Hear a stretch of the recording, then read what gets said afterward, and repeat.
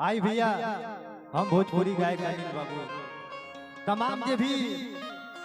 दर्शक बंधु सुनता सबसे पहले रबरा से बन के गोड़ छू के गोल लागत है। और देखी हमरे छोटू भैया का आशीर्वाद मिलल एज आवे के मौका मिलल। वाह क्या बात है। और हे नवरात्र के पावन महीना में एगो देवर एगो भौजाई वो माई के मंदिर में पहुंचल बाड़ी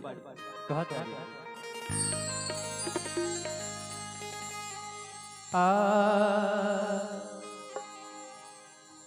कि तोहरे दरबार में आइल बानी हो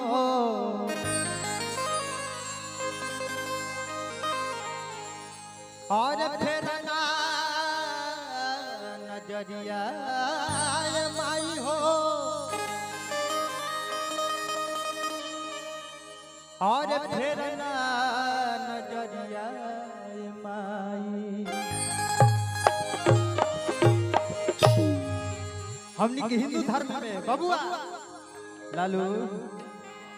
खाली चालू रहे लेकिन गायक बबुआ हमनी के हिंदू धर्म में सबसे पहले वो काली माई के स्थान पे जाला अर्चना विनती करेला हे माई अगर हमरे गोदी में ललना भर देबू तो हम लवंडा के नाच करवाए बबुआ। लेकिन गायक बा औरत कहत रही आय हाय हाय हाय हाय हाय और की भखले भखौती बानी गोदी में होरी लहजा बपाई बे मैया और की भौजी के आचारा बोलो डके नाचो अरे नचवाई बे मैया।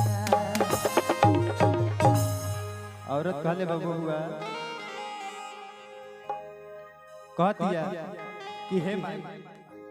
हमार अर्जी सुन लो कि तुम्हारे दरबार में हम काहे खातिर आइल बानी बबुआ। लेकिन आई कहे के आय हाय हाय हाय कि भखले भखौती बानी गोदी में होरी राजा बपाई बे मैया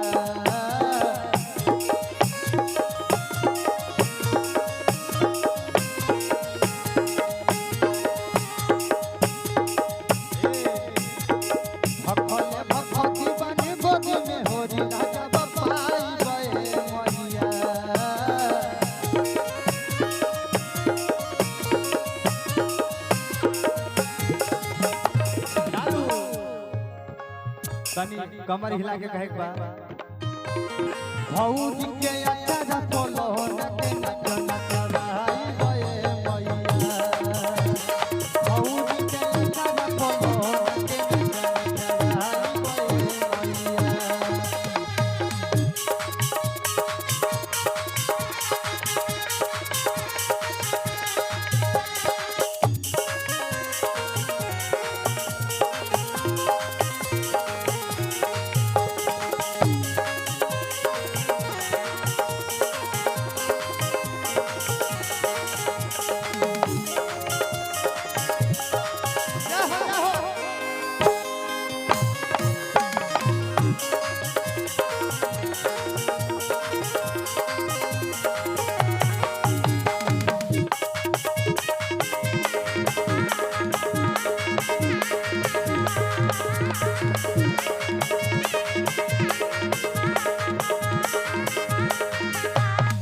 वही में औरत कहले बाड़ी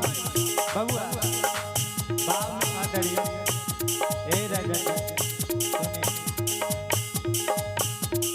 दी हलू लहनावा तो कर देव भैया तोहूरी हो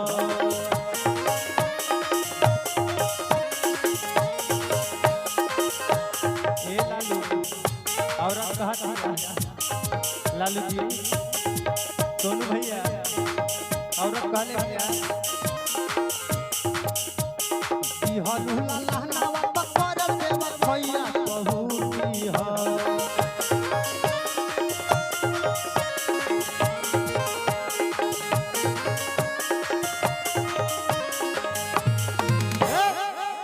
बोलिए साचे दरबार की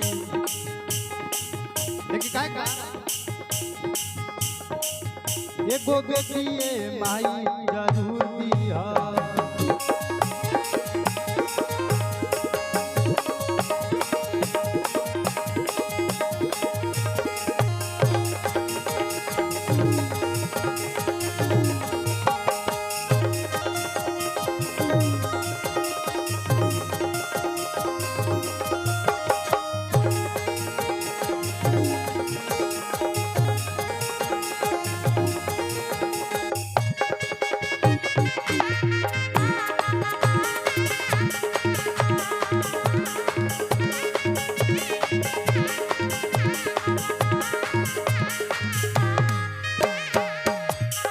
और खाती है बबुआ ए अनदान गौदान भले लोग करे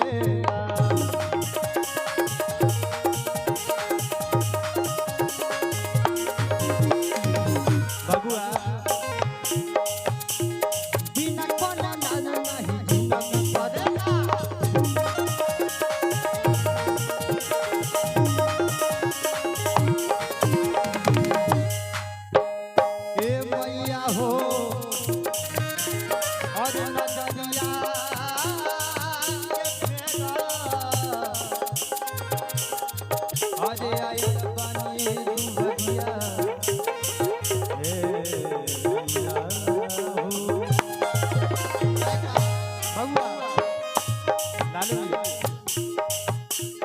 अनदान गौदान भले लोग करे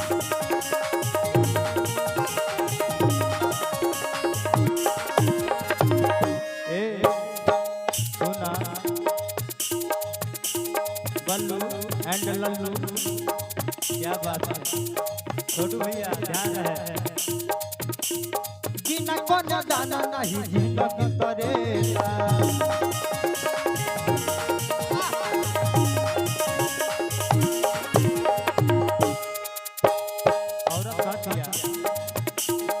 मुहावा में मीठी बोली अखिया में लाज भरा नूर दिया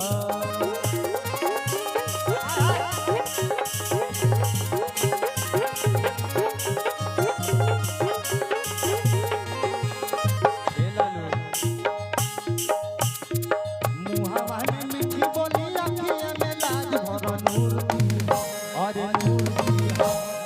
आ कहे के बा लास्ट भाव में कहे के बा बोलिए सांचे दरबार की बोलिए काली मैया की